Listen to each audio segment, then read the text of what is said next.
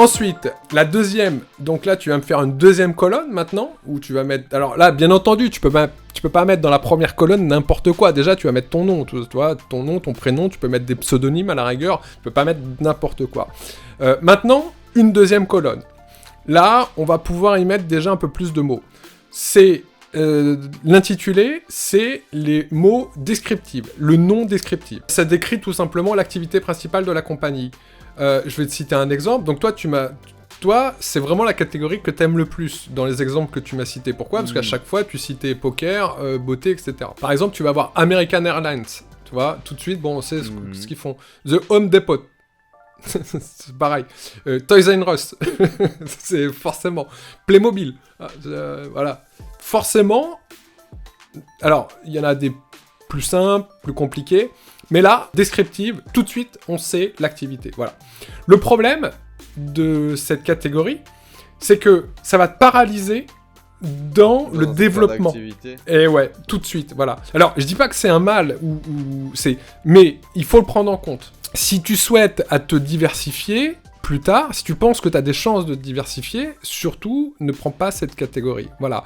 Si tu as un site, par exemple, qui s'appelle apprendrelaPhoto.com, et que demain, tu veux faire beaucoup de vidéos. Salut au frérot apprendrelaPhoto.fr, que j'aime beaucoup d'ailleurs. Tout à fait. Et que demain, tu veux faire beaucoup de vidéos, des cours en ligne de vidéos. C'est pas terrible. Tu vois que tout de suite, ça, c'est descriptif. En effet, on sait de quoi ça parle. Mais, bon, voilà, ça peut c'est hyper niché, mais peut-être un peu trop niché, quoi. Un peu trop, voilà. Un outil pour tout ce qui est descriptif. Pour t'aider vraiment à industrialiser voilà, l'association de mots-clés par rapport à ton activité, tu peux utiliser Keyword Multiplier de CleverClicks. Je vais te mettre aussi le lien. Donc, tu vas voir que, en fait, Keyword Multiplier Tool, c'est quoi ? C'est tu mets des mots, tu as plusieurs colonnes, et tu mets une liste de mots, une autre liste de mots, etc. Et il va faire l'association, et il va te sortir des termes en associant ces 3 colonnes, ou ces 2 colonnes, voilà. Il va combiner, en fait, tous les mots. Et comme ça va te donner des mots un peu... plein d'exemples inventés. Voilà. Et donc, forcément, tu vois, par exemple, bah, tu parlais, toi, dans le poker. Donc, tu avais poker gagnant. J'avais poker d'énigmes. Et j'avais d'autres idées, du style... voilà, mais l'idée, en fait, c'est que dans cette première colonne, tu marques poker, cartes, etc., etc. Dans la deuxième colonne, voilà, d'énigmes gagnants, etc. Et ça va matcher. Tout simple. Ça sert vraiment à ça. Mais c'est super. C'est un super outil pour ça. Troisième colonne, l'acronyme. Bon, là, ça va. Je pense que tu vois de quoi on parle. Donc, l'acronyme... C'est quoi un acronyme ? L'acronyme, ça a vraiment une fonction, ça va être de simplifier les noms à rallonge, les noms justement trop descriptifs pour les rendre beaucoup plus simples, beaucoup plus utilitaires. Je vais t'en prendre un, UPS, HSBC. DHL ? Ouais, SFR, tiens. Alors, tiens, je vais te poser SFR. Est-ce que, d'après toi ? Ah ouais, petit jeu, allez, on va se faire plaisir, petit jeu. Société. Ah bien, ça commence super bien. Française. Ouais. Réseau. Non, plus simple que ça. Société française, c'était bon. C'est quoi ? C'est de la radio. Ouais, radio, téléphone, exactement. Ouais, super. Tu vois que si demain ils marketent avec Société française de radio, téléphone, c'est pas terrible, quoi. Ah oui, non. Mais à mon avis, à l'époque, ils devaient faire ça, et puis ils ont rajeuni leur branding et leur marketing quand ça a évolué, non ? Ouais, alors cet exemple-là de rajeunir le mot... France Télécom qui a créé Orange pour justement développer ça aussi, non ? C'est différent, Orange. Donc là, ils ont gardé leur truc, ils ont créé une nouvelle branche. Ça, c'est différent. Orange, parce que c'est dans les valeurs de la couleur par rapport à l'énergie, etc. C'est vraiment, là, on est vraiment dans le naming sur quelque chose de vraiment différent. Mais, dans ton exemple, c'est KFC. KFC qui était pas du tout, qui s'appelait pas à l'époque quand c'est sorti KFC, hein. Ça avait vraiment le kitchen fries. Non, si, kitchen fries.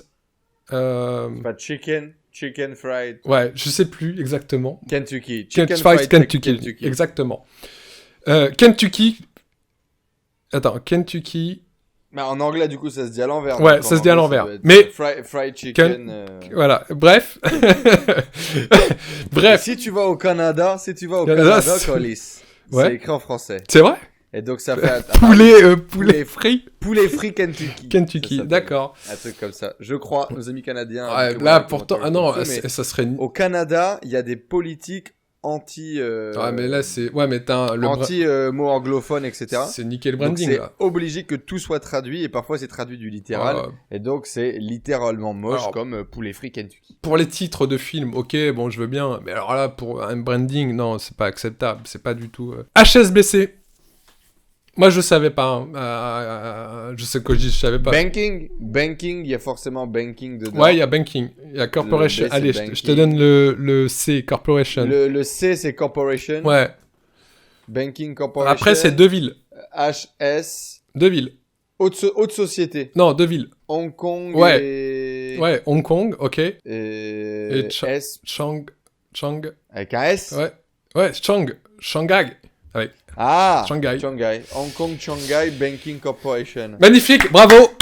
Ouais. Et ouais, tu vois. Je savais pas que c'était un truc asiatique. Exactement, tout à fait. Tu vois, c'est. Moi, je l'aurais plutôt vu suisse anglaise. Mais je suis entièrement d'accord avec toi. C'est la perception justement que renvoie cette banque. Mais tant mieux parce que c'est ce qu'ils veulent. C'est super bien fait. HSBC, c'est la force. HSBC ont vraiment un marketing de fou. Pourquoi ? Parce qu'à la base, c'est pas du tout leur origine. Alors qu'on a cette perception-là, mais c'est justement toutes les actions qu'ils mènent pour renvoyer cette image comme quoi ça serait une banque suisse. Parce que forcément, si tu dis que c'est une banque asiatique. Bah, une banque Hong Kong, ça fait un peu moins. Même sérieux, si, non, mais c'est solide, mais en tout cas. Et surtout quand ils l'ont créé, en fait. Plus élitisme, exactement. Plus élitisme, en tout cas, le côté suisse. Ouais, et puis. Nos amis suisses. Gros bisous. Salut la famille. Alors, déjà, bon, tu vois, c'est beaucoup plus simple à mémoriser. Hein, HSBC que Hong Kong, Shanghai, machin, Corporation. Ensuite, tu vois que pour la perception, c'est complètement différente parce que là, tu peux jouer sur l'internationalisation, c'est-à-dire forcément, on se dit pas c'est cheap, c'est classe ou machin, parce que tu peux pas, en fait.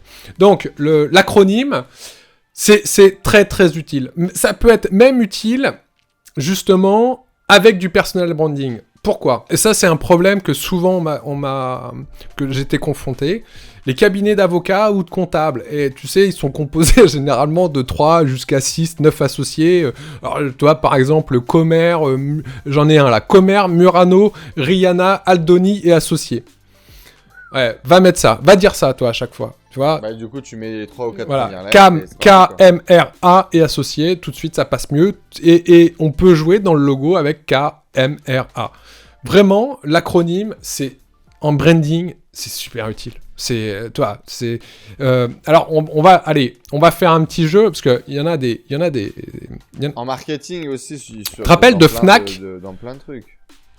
La Fnac, c'est un acronyme ? Ah oui. Française ? Non. Nationale.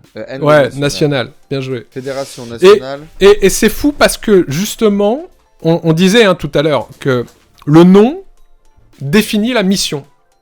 Tu te rappelles ? Toi, il faut que ça définisse la mission. Et là, la Fnac, ça définit carrément la mission et la cible. Fédération nationale d'achat des cadres. Pourquoi ? Parce que la cible des cadres, la cible cadre, c'était vraiment la cible de la Fnac. Ils avaient des objets un peu high-tech. À l'époque, quand c'est sorti, ils avaient des objets pour les cadres pour qu'ils puissent dépenser, tu sais, dans les années 70, dépenser leur pognon, justement, dans les objets un peu nouveaux, un peu high-tech. Et donc, c'était la Fédération nationale d'achat des cadres. C'est même fou d'avoir mis directement la cible à l'intérieur du nom, quoi. Ça, c'est Après, c'est pas très sexy, hein. Si tu disais pas Fnac, personne l'achèterait. C'est pour ça qu'ils ont créé l'acronyme. C'est bien joué pour. Allez, un dernier. Française de mécanique, des choses comme ça. La FM. BMW. Machin, il y en a d'autres. BMW. Ouais. Tout à fait. Exactement. Alors, c'est un truc en allemand, donc je te le dirai pas, mais. Ouais, Attends, je vais essayer. Je vais essayer. Beirich Motoren Werkek. Voilà. Mais exactement. Dankeschön. Il y en a très peu qui savent ce que ça veut dire. Donc là, on voit bien l'intérêt de l'acronyme. On voit tout de suite, dès qu'il y a trop de mots, justement, avec une consonance un peu trop nationale, tu vois, c'est local, forcément, tu fais un acronyme, ça passe partout, c'est international. Voilà. Fiat, c'est... Ah, le FN, par exemple. Parlons-en. Voilà. Ça passe partout. Fiat, Fabrica Italiana Automobili Torino. Ouais. Voilà. Donc, ça, c'était la troisième typologie, acronyme. La quatrième, on est dans le suggestif. Suggestif, alors, qu'est-ce qu'on parle des non suggestifs? Ça va utiliser la suggestion, comme ça l'indique, pour rappeler soit l'expérience, par exemple, Uber, Slack.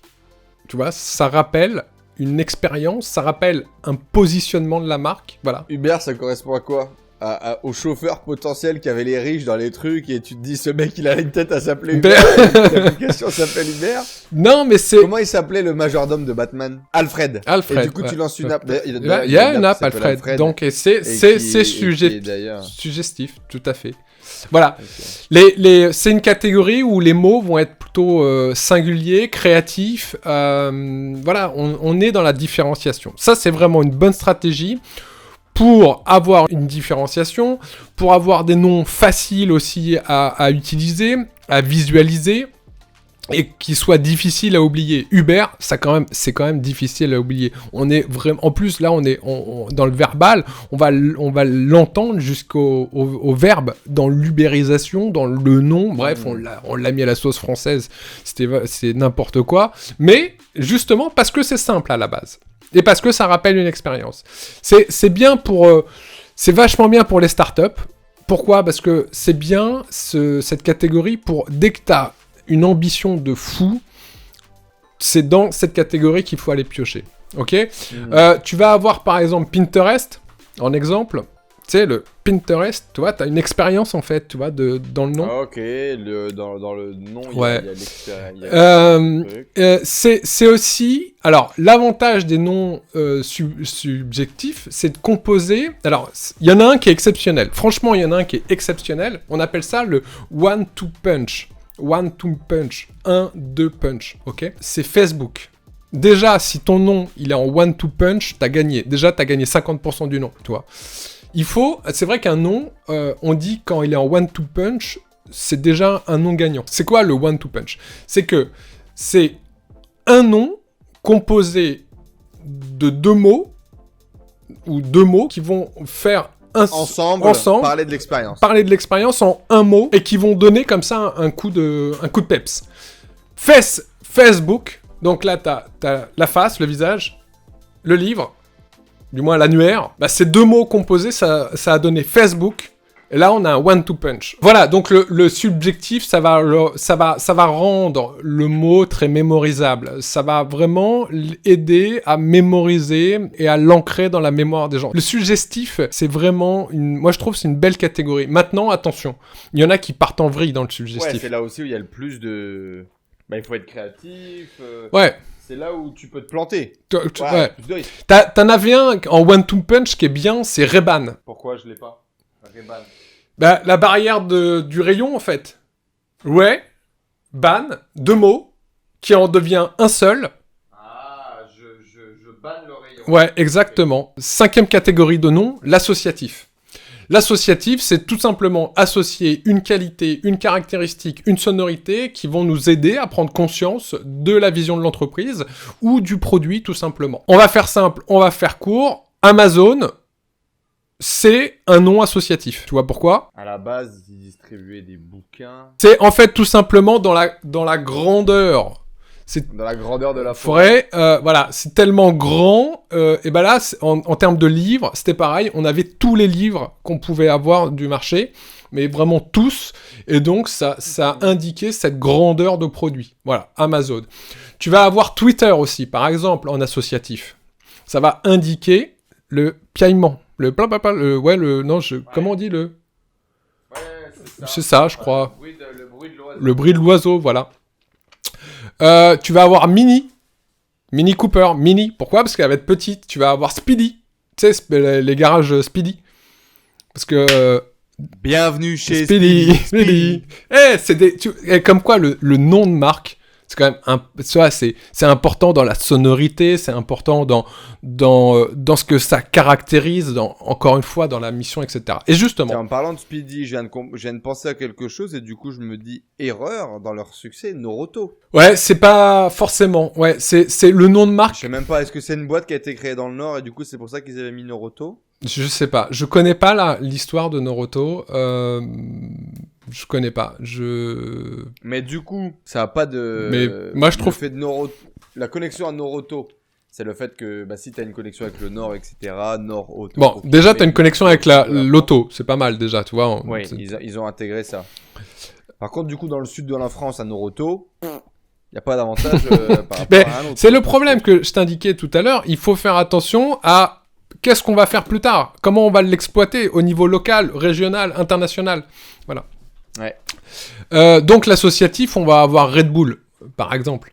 On va avoir Virgin, par exemple. Pourquoi ? Parce que quand Virgin, ils ont commencé, c'était justement, ils avaient rien, ils n'étaient pas connus, ils étaient vierges, tout simplement. Et ils voulaient concurrencer des mastodontes.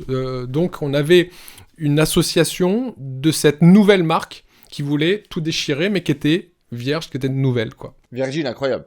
Ah, mais c'est Charles Bronson, quoi. C'est... Incroyable. Free, du coup. Free, exact. Ah bah là, Free, ouais. Libérer les consommateurs, libérer le marché, libérer les abonnements, les machins. Free, génial, franchement, super. Il y en a plein. J'aime beaucoup l'associatif parce que dans notre cerveau, on fait généralement justement l'amalgame entre un nom et une idée. Et bah, l'associatif, ça permet de faciliter cet amalgame-là, cette association, tout simplement. Donc moi, j'aime bien l'associatif. En plus, on voit souvent les choses. Par contre, il faut être un petit peu créatif. La 6e catégorie, c'est la langue étrangère. Alors là, on va rire. Ouais, je prends un truc en japonais parce que ça veut dire... Ouais, ça veut exactement. Petite fleur de Allez, lotus on va commencer simple. Kaizen. Tiens, tu me parlais de japonais. Sony, c'est du japonais? Ouais. Ok. Et ça signifie... Aucune idée. Alors, à ton avis, ils ont des... Lumière. Ils ont Non. démarré... Alors, pour indiquer, parce que je l'ai connu un petit peu, ils ont démarré... Ils ont démarré plus par le son. Avec le Walkman. Donc, Sony, à ton avis, ça viendrait de quoi ? Tu te rappelles le célèbre Walkman ? Le Walkman. Ouais. Je l'ai connu. Eh ben, c'est Sony, entre autres. Hein. Ah oui. Bah, typiquement, l'appellation, là où tout le monde parlait de Walkman... Alors que c'était une marque, c'était un truc qu'ils avaient créé, le Walkman. Ouais, c'est ça, comme l'iPod en fait. C'est exactement ça. Ils ont été bons d'ailleurs sur ce coup-là, mais du coup, bah ça devrait être un truc sur le son. Alors, c'est pas, pardon, c'est pureté du son. C'est pas japonais. Excuse-moi, c'est pas japonais. Bien joué, ça commence. Non, moi j'étais en train de penser japonais. Non, moi j'étais là. Alors, mais attends. Kidawa, Itatashima, voilà. Itatashimasu. Là, t'étais en revue de tous les mots japonais, j'imagine. Là, j'étais dans Dragon Ball Z Naruto. Sony. Non. Alors, reviens plutôt dans tes cours de latin. Ah bah, ceux-là, je les ai séchés un peu déjà. Ah, commencer par là. Non, mais c'était Uranus. Et bah là, je me souviens, la conjugaison en lapin. Ouais, c'est ça. Alors, si je te dis, justement, tu te rappelles d'Uranus, mais si je te dis Sonus... Le son. Eh ouais, voilà. Donc, voilà. Sony. Et si je te dis Anus. Donc Sony, ça vient vraiment du latin de sonus, qui signifie son tout simplement. Donc là, on voit que on part du... Alors, je dis une langue étrangère, c'est une langue morte, mais c'est l'idée. On part d'une racine étymologique. Voilà, on part d'une définition... On fait les mecs cultivés, quoi. D'un mot. Déjà, faut être un peu cultivé, un peu level. Définition d'un mot dans une langue, et à partir de ce moment-là, on le reprend au niveau international. Pourquoi pas ? Mais là, du coup, c'est... Typiquement, demain tu pars dans une brand comme ça, c'est plutôt assez niché parce que peu de gens vont comprendre la blague, vont comprendre le fond. Il n'y a pas de blague. Non mais Sony, il n'y a pas le sens du truc. Tu vois ce que je veux dire, vont comprendre le... Non mais c'est pour aider aussi. Tiens, je t'en prends un. Kinder. Déjà, à ton avis, c'est quelle langue ? Ouais, bah c'est ça, mais de mémoire, la gueule du gamin là, c'était un petit allemand mébrin celui-là. Non, je crois que c'est un truc allemand ou c'est un truc Europe, plutôt, ouais. C'est allemand, et ça veut dire quoi, Kinder, en allemand ? La joie. Non, mais tu l'as dit, tu l'as dit. C'est marrant, tu vois, parce que tu visualises, mais tu sais pas. Ça veut dire enfant. Ah d'accord, très bien. Eh ouais, ça veut dire enfant. Tu vois, c'est simple. Et pourtant, donc pour répondre à ta question, tu vois, Par contre, typiquement, voilà, pour que ça grossisse à l'international comme ça grossit, c'est juste parce que le nom est petit, simple et sympa. Mémorisable, encore une fois. Ouais, voilà, complètement. Mais c'est justement, c'est vraiment tout ce que j'ai dit au départ qu'il faut respecter. Après, on rentre dans une catégorie ou pas. Après, c'est du freestyle. Après, c'est du freestyle. Ah tiens, Lego. Est-ce que tu connais ? Est-ce que tu sais comment on traduit en français Lego ? Déjà, c'est quoi la langue de Lego ? Je sais plus si c'est italien ou latin. Non, va dans le nord. Ah oui, non. Bah oui. Ah non, c'est les types, c'est suédois ou je sais pas quoi. C'est danois. C'est nos copains. C'est nos copains. C'est les cousins d'Ikea. Voilà, c'est danois. Et en fait, ça signifie... très fort pour le design. C'est emboîtement ou un bazar pareil de mémoire, non ? Non, c'est super. Moi, je trouve ça super joli. Ça signifie bien joué, tout simplement. C'est génial, je trouve. Bien joué. Ouais, bien joué. Donc voilà, c'était la 6e catégorie, la langue étrangère. Donc, essayez aussi des mots qui veulent dire autre chose pour votre activité. Comme Kinder, enfant, etc. Dans des langues étrangères, utilisez Google Trad, et dans ces cas-là, mettez tous ces mots dans cette colonne-là, et là, vous allez avoir encore plein d'autres idées de noms. La dernière catégorie, c'est la catégorie des abstraits, des noms complètement abstraits. Qui n'ont strictement rien à voir et que tu retiens parce que c'est devenu tellement gros et que c'est juste les valeurs et la vision. Ouais, alors on va l'utiliser quand même pour des produits luxe. Il y a une catégorie, il y a une catégorie un peu comme l'agroalimentaire qui utilise les éponymes. Là, le marché du luxe va utiliser beaucoup l'abstrait. C'est bizarre, hein, d'ailleurs. Rolex, ça veut rien dire ? Exactement. Rolex, ça veut absolument, mais absolument rien dire. On connaît pas l'origine de Rolex. Hein. Alors, il y a d'après le site de la marque, alors vous pouvez aller voir, hein, d'après le site de la marque, le nom a été choisi parce que il se prononce facilement dans toutes les langues européennes, il est assez court, comme on l'a dit, voilà. Et surtout, vu qu'il est court, on peut l'inclure facilement sur les écrans, sur les cadrans. Ouais, donc c'est ce qu'on disait au début, les premiers conseils de base. Exactement.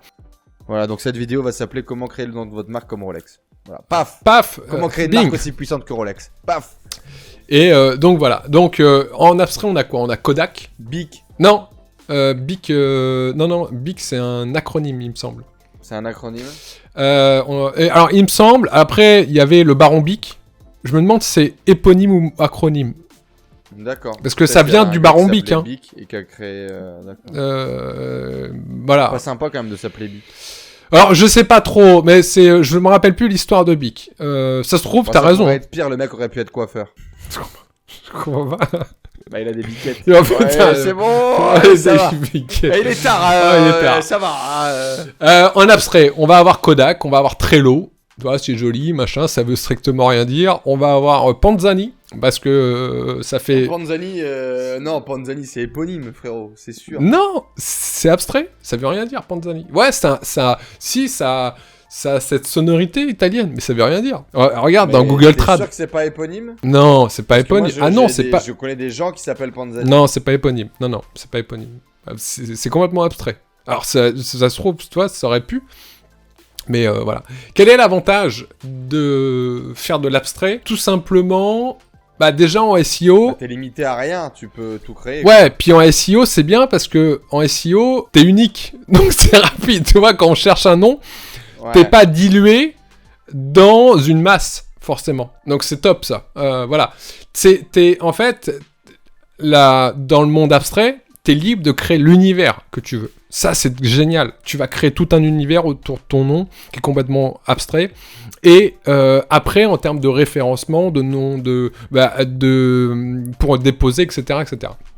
L'inconvénient, ça peut être difficile à retenir si tu pars vraiment dans l'abstrait délire. Et puis, il n'y a aucune valeur qui est associée à ça, contrairement, justement... faut tout créer. Il faut tout créer, exactement. Là, il faut créer ton monde et il faut le diffuser. Donc, c'est quand même beaucoup plus dur. Moi, je le conseille pas au début, parce qu'on peut vite tomber dans l'erreur. tu vois, le descriptif, il est top au début. Pourquoi tout de suite ça décrit des choses comme, tu vois, quand tu disais poker gagnant, bah tout de suite, allez, allons-y, quoi. Ouais, c'est moi, facile. La vision, c'était pas de créer, c'était déjà voilà. de se positionner. Alors, par contre, t'as un super outil si vous voulez composer des noms abstraits, il y a vraiment un super outil. Merci Frédéric Bouteau qui a créé un outil qui s'appelle donc sur frédéricbouteau.com et ça permet justement avec plein de petites syllabes. Il est génial son produit. En fait, tu peux dire, t'as plein de paramètres, tu peux dire un nombre de syllabes, et dans ces syllabes, tu peux donner des sonorités à la fin, au début, au milieu, différentes. Tu choisis les sonorités que tu veux. Ensuite, ça va te faire du random avec ces différents paramètres. Tu vois, c'est comme si tu avais un synthé pour créer des mots. C'est démentiel. Franchement, c'est démentiel. Mais le problème, moi, je trouve que le problème de l'abstrait, c'est un peu comme le chercheur d'or, quoi. Tu vois, il est là, faut qu'il cherche, il cherche. Bon, il y a un moment, il va retrouver une pépite, forcément, mais c'est long, quoi. Ouais, pour nous, on va plutôt essayer d'utiliser des trucs concrets qui vont faire visualiser les gens rapidement, qui vont nous permettre de vite kickstarter sur le marché, quoi. Voilà, justement, donc en parlant d'outils et en parlant d'aller vite, allez, je vais te donner deux, trois pistes. Il y a des générateurs de noms aujourd'hui qui existent sur le web, de marques comme ça, un peu automatiques. Le premier qui est connu, c'est Panabi qui l'a sorti, donc panabi.com/name generator. De toute façon, je vais tout mettre en description. Le deuxième, il y en a un que tu devrais connaître, un générateur de nom d'entreprise pour du e-commerce. C'est qui l'a sorti? C'est Aucune idée. Shopee. Une marque que tu connais, je crois. Shopee. Ah ouais? Shopify. Ils ont sorti un brand name generator. Yes, Shopify a sorti un outil excellent, et vraiment excellent, hein, pour le coup, de brand name generator. Et c'est donc shopify.com/outil/générateur- de nom entreprise. Tu vois, c'est simple. Ils ont bien fait les choses. Il y en a un qui est super aussi, c'est ProDomens qui l'a sorti, c'est générateur-marque.fr. C'est simple, tu mets l'activité, les mots, et ça va te sortir d'une part ce qui est disponible, et là on va le voir par rapport juridiquement, et ce qui est disponible en nom de domaine. Donc comme ça, ça match les deux. Je vous mets tout ça tous ces outils, tous les outils en description, il n'y a pas de problème, utilisez-les. L'idée, pour reprendre, ton tableur, tu as plein de mots, tu les classes, t'imagines encore plein d'autres mots, et là tu vas prendre ceux qui sont le plus court, le plus percutant, le plus mémorisable, bref, tout ce qu'on a dit avant. Et tu m'en sors 5, et de ces 5-là, bah t'en choisis un, quoi. Hein, tu peux pas en avoir plus. C'est l'idée. Il n'en restera qu'un. C'est pas fini. Une fois que tu as choisi ça. Alors pourquoi je dis 5 ? Parce que une fois que tu as... Allez, on va dire les 5. Mais en effet, il va juste en rester un. Une fois que tu as choisi tes 5, tu t'es dit, tiens, ça c'est sympa, c'est mémorisable, c'est international, bref, c'est tout ce qu'on a dit. Bah, faut le valider, ce nom-là. Ok ? T'as eu un éclair de génie, c'est super, tu vois. Maintenant, faut le valider. Comment le valider ? Comment vérifier sa disponibilité ? Donc, valider dans le sens valider... vérifier sa disponibilité, le valider d'un point de vue juridique, mais aussi le valider d'un point de vue business, qu'on soit d'accord. Est-ce que ton nom, tes 5 noms, on va dire, est-ce que tes 5 noms, ils sonnent bien ? Pose-toi la question. Si tu veux t'appeler Anus sur le marché de l'alimentaire, c'est moyen quand même, par exemple, c'est ça ? Alors, si c'est... C'est-à-dire d'avoir une cohérence business par rapport à ton marché. C'est disruptif, ok. On voit tout de suite que t'es dans la merde, mais bon, voilà quoi. Mais c'est ça l'idée, c'est de valider d'un point de vue business. Ouais, c'est de valider d'un point de vue business. Est-ce que ça sonne bien ? Bien entendu. Est-ce que c'est pas... Tu vois, par exemple, BMW, heureusement qu'ils ont pris un acronyme, quoi, parce que sinon ça sonne pas bien du tout, en fait. Est-ce que c'est facile à illustrer ? Parce que ça, après, bien entendu que ton nom, il va falloir le mettre en visuel, en logo. Donc, est-ce que ça va être facile à illustrer ? Si déjà dans ton nom comporte 48 lettres, c'est moyen. C'est moyen. Donc, pense à ça. Tu vois ? Est-ce que c'est cohérent à tes valeurs et à ton histoire ? On en a parlé, mais c'est vraiment super important. C'est Nike. Rappelle-toi, Nike, c'est complètement en adéquation, c'est complètement cohérent entre leur histoire, leurs valeurs, bref, tout. Et c'est pour ça qu'ils cartonnent. Rappelle-toi de ça. Est-ce que les gens vont comprendre, donc pour le valider, est-ce que les gens vont comprendre la référence que tu donnes ? Parce que bien entendu, on a vu qu'il y avait énormément de références. Kinder avec l'enfant, Lego avec le jouet. Est-ce que toi, la référence que tu vas donner dans ton nom, bah forcément, on va bien la comprendre, on va bien l'entendre. À toi de voir. Est-ce que les gens vont s'en souvenir? Est-ce que c'est mémorisable? Parce que si c'est vraiment mémorisable, c'est super mémorisable, ça peut devenir mémorable. Bon, je te laisse réfléchir là-dessus. À quoi fait penser dès le départ ton nom? Ou les 5 noms que tu as choisis? À quoi ils font penser là? Tu vois, tout de suite. Parle-en à tes amis. Ouais, les 5 premières images qui viennent. Exactement. Est-ce que tu te rappelles, on a parlé de positionnement, c'était quand même important. Est-ce que le positionnement est vraiment clair dans ton nom? Ça, c'est important. Est-ce que ça fait suffisamment sérieux? Tu me parlais d'anus. Oh. Si, sur le marché du sexe, c'est bien. Après, sur d'autres marchés... Très niché, pour le coup. Ah, très niché, ça c'est sûr.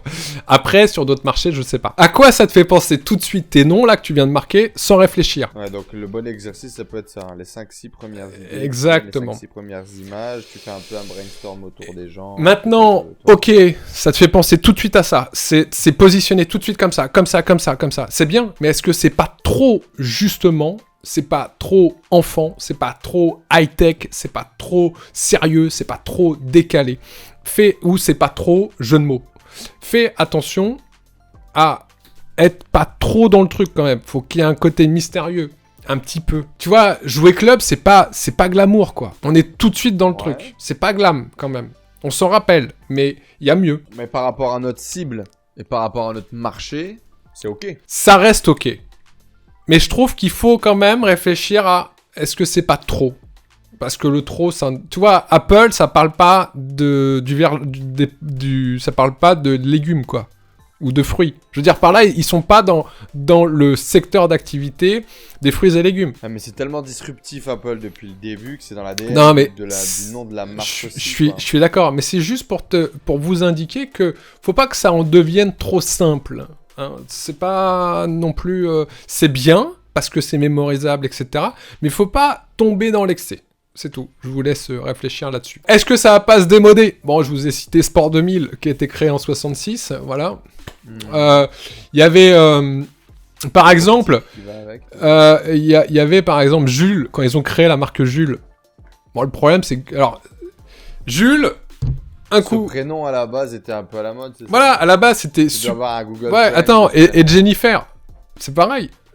C'est pareil. Le problème c'est que, génial, tu vois, tu vas avoir une période, ça va être à la mode, puis ça va redescendre, ça va être voilà, complètement old school, et puis ça va remonter. Bref, le problème c'est que t'es trop en rapport à... Parce que c'est finalement pas voulu aussi, parce que ces boutiques-là sont détenues par des gros lobbies. Non, avec c'est des qu'ils ont voulu faire justement... un peu d'éponyme, tu vois, parce que c'est plus facile, comme Paul, tu sais, pour la bouffe. Sauf que je préfère Paul pour la bouffe que Jules pour les fringues. Parce que pour les fringues, tu peux être vite... Paul, il y a quand même une histoire un peu historique, non? De famille et tout ça? Je sais pas. Mais on reste dans l'éponyme. L'éponyme, c'est ce qu'il y a le plus simple à retenir. Parce que tu mets un visage presque sur une marque. Après, voilà, le problème, c'est que tu tombes... Est-ce que ça va vite être démodé? Ça, faut pas. Attention, est-ce que ton nom de marque va pas être vite démodé? Parce qu'il fait référence... Jennifer, effectivement, ça parle... C'est très parlant pour le coup. Comment? Jennifer, c'est très parlant. Ah ouais, c'est... voilà. Est-ce qu'on peut passer à l'échelle nationale, quoi? Tu vois, les transports du Cros. Tu vois ce que je veux dire? Ouais, c'est typiquement des boîtes du nord de la France. Ouais, bah il faut qu'ils emploient des boîtes du sud pour leur checker les noms. Hein. Donc... Ouais, non, mais effectivement, mais en même temps, je pense qu'il y a aussi dans le développement et dans le démarrage de ces activités, il y a une réflexion qui est tout autre que celle du branding, quoi. Ouais, non, mais je suis entièrement d'accord. Maintenant, les mecs se posent même pas la question. Et c'est pour ça justement qu'il faut avoir cette réflexion d'un point de vue branding sur le nom. Donc, si tu réponds oui, tac, tac, tac, tu vois, à toutes ces questions-là que je viens de citer, si tu réponds oui, tu valides ton nom de marque, tu valides là les 5 choix que tu as fait, tu les valides, voilà, ou pas d'ailleurs, si ça convient pas. Tu peux également, bien entendu, chercher un avis externe, demander comme ça dans un entourage. Voilà. Faut toujours, bien sûr, c'est comme la cuisine, faut toujours laisser reposer quelques jours, dormir, tu vois, tu reviens et tu te dis, ouais, finalement, c'est bien, c'est pas bien. Voilà. Faut jamais plus de 4 syllabes. Tu sais, déjà 2, 3, c'est top. 4, 5, 6, 8, ça devient compliqué. Pourquoi? Et on va le redire, pour la mémorisation. Voilà, donc demande à des personnes de ton marché, demande à des personnes dans ton business si ils trouvent représentatifs les noms que tu as choisis. Maintenant, une fois que tu as le nom, justement, qui est là, on va toujours regarder, toujours 5 noms, il faut toujours un peu de noms à côté. On va vérifier le nom. On va vérifier, la première chose à faire, c'est vérifier sa disponibilité juridique. Premièrement. C'est la première chose à faire selon toi ? Oui, parce que tu peux... le problème, c'est que si tu checkes... En fait, tu peux biaiser. Tu peux toujours biaiser avec des noms de domaine. Tu peux toujours biaiser en digital, dans ta com digitale, en rajoutant 2, en mettant un tiret. Bref, tu as toujours moyen de biaiser. Par contre, le juridique, de toute façon, si ton nom a une consonance, mais vraiment une consonance, dans le secteur d'activité, c'est foutu. Typiquement, moi, Poker Gagnant, je ne pouvais pas le déposer et le créer. Moi, je l'ai racheté la marque. À date, elle n'est plus créable parce que son nom est trop commun quand elle a été créée il y a 10 ans. Donc là, c'était OK. Donc typiquement, il y avait une force de l'avoir déjà déposé légal parce que c'est typiquement quelque chose que tu ne pourrais plus déposer aujourd'hui. Non, il y a beaucoup de mots communs que tu peux plus déposer. Donc, il faut premièrement vérifier sa disponibilité juridique. Pour ça, base-marque.inpi.fr, il faut, en France, là je parle d'en France, il faut aller à l'INPI. Allez-y. Mon conseil, allez-y, prenez du temps. C'est des gens, en règle générale, qui sont passionnés. C'est des gens hyper ouverts. Ils voient pas beaucoup de personnes. Et forcément, quand on y va, ils vous expliquent tout et c'est super. Vous allez sur leur site. C'est pas juste la démarche en ligne, ouais, c'est quand même. Alors, bien sûr qu'on peut faire la démarche en ligne, mais moi, j'ai fait les deux. Hein, je suis allé les voir, j'ai fait la démarche en ligne. Et mon conseil, c'est aussi d'aller les voir pour comprendre comment fonctionne un nom. Pourquoi ? Parce que oui, vous pouvez pas biaiser sur, comme en nom de domaine, justement, à dire je rajoute un S ou j'enlève un S et ça y est. Non. De toute façon, s'il y a une connotation, hein, même que le mot n'est pas pareil, juste une connotation qui est à peu près pareille, c'est mort. C'est mort. C'est simple, quoi. Voilà. On peut vous reprocher d'être trop proche du nom. C'est juste ça. C'est-à-dire, une connotation, c'est quoi ? Si je m'appelle voiture et toi tu t'appelles auto, je te mets en justice. Point barre. C'est comme ça. Pourquoi ? Parce qu'on va être aussi dans le même secteur d'activité. C'est pour ça qu'il faut y aller pour comprendre comment ça fonctionne. C'est super important. Bien entendu, au départ, allez sur base Marque INPI, mais allez les voir, prenez rendez-vous. Ça dure 1 heure en règle générale, c'est gratuit. C'est des gens hyper ouverts, hyper passionnés. Allez les voir. Ça, c'est pour la France. Aux États-Unis, bon alors là, je ne vais pas vous dire allez les voir, ça va vous coûter un peu cher, sauf si vous êtes déjà là-bas. Mais sinon, il faut aller checker la base des brevets américains, qui est la TES, T-E-2-S. Quand tu es sur le site, tu check, tu mets live pour dire que la marque est toujours en vie, finalement. Active, voilà. Tu complètes avec ton nom de marque, et puis tu recherches. Et ça va te dire si c'est pris, pas pris, etc. La base test, dans tous les cas, check la base test. Voilà, je te mets le lien. Ça, tu vérifies. Tu vérifies que tous tes noms là que tu as trouvés, c'est disponible juridiquement. Ça, pour le coup, c'est simple. Si c'est disponible, dans ces cas-là, maintenant, la troisième étape, ça va être... la deuxième étape, ça va être de vérifier le nom, sa disponibilité d'un point de vue digital en nom de domaine. Ok. Tu peux aller sur n'importe quel hébergeur ou registre, je sais pas comment on dit, bref. Moi, mon conseil, voilà, je te donne mon conseil et ce que je fais. Je vais sur Domains Google, nom de domaine de Google, c'est, voilà. Pourquoi ? Parce que Google va te suggérer des mots. Ils sont pas comme OVH simplement à dire c'est disponible ou pas disponible. Non, Google te dit, attends, ça c'est pas disponible, par contre, je te conseille ça. Par rapport à quoi ? À la recherche. C'est ça qui est génial, tu vois ? Moi je vais sur domains.google, je te mets le lien. Et je te mets le lien aussi de Namecheck. Alors c'est namechk.com. C'est génial Namecheck. Pourquoi ? Parce que dans Namecheck, tu vas avoir... Je me le mets en face. Déjà, ça va checker toutes tes disponibilités par rapport au nom de domaine, .net, .org, .com, .fr, etc. Mais en plus, ça va te checker les usernames de tous les réseaux sociaux. Quand je te dis de tout, principalement de beaucoup de réseaux sociaux. YouTube, Twitter, Instagram, Blogger, Pandora, Flickr, Tumblr, Dailymotion, About Me, Disqus, Medium, et j'en passe, c'est des meilleurs parce qu'il doit y en avoir 80, je crois. Donc je ne vais pas tous les citer. Mais c'est important aussi de savoir si ton nom de marque est disponible sur les réseaux sociaux. Parce que si c'est pas disponible, comment tu fais ? La question, c'est vraiment comment tu fais. Tu te fais bouffer, alors tu vas te faire bouffer ton nom justement parce que c'est pas disponible. Donc si tu as la moitié des noms qui sont pas disponibles sur les réseaux sociaux, déjà ton branding il part mal. Voilà. Au moins utilise des outils comme Namecheck pour juste savoir si c'est disponible sur telle et telle plateforme, c'est tout, tu vois, c'est simple. Donc pour vérifier aussi sur les réseaux sociaux que tu as Kno EM. Ça va aller checker, GNOEM, ça va aller checker sur 500 plateformes des réseaux sociaux, voilà, ton nom de domaine. Donc c'est vraiment un truc de fou. Mais Namecheck, moi, mon préféré, c'est Namecheck. Pourquoi ? Parce qu'en même temps, c'est-à-dire, tu tapes un nom, en même temps, tu sais s'il est disponible sur ton .com, .fr, etc. et sur les réseaux sociaux. Comme ça, tout de suite, tu vois le truc. Je vous donne les deux liens. Mon nom est disponible sur Dailymotion. Faut que je fasse quelque chose. Exactement. Voilà. Mais ça permet d'aller, par exemple, de dire, attends, je le réserve tout de suite si c'est disponible pour, si t'es une start-up et que t'as pas encore réservé sur Product Hunt, mon conseil, réserve-le, quoi. Tout de suite. Tu vois, c'est des trucs comme ça.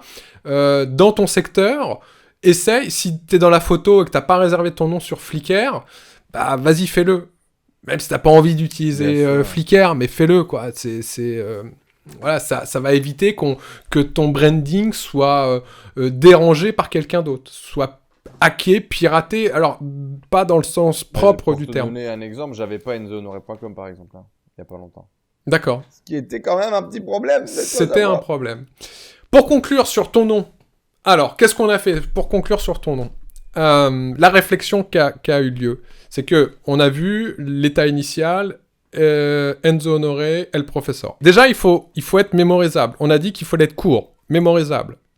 Donc, en effet, la première des choses, c'était de supprimer et le professeur. Pourquoi ? Aucun intérêt et il fallait être mémorisable.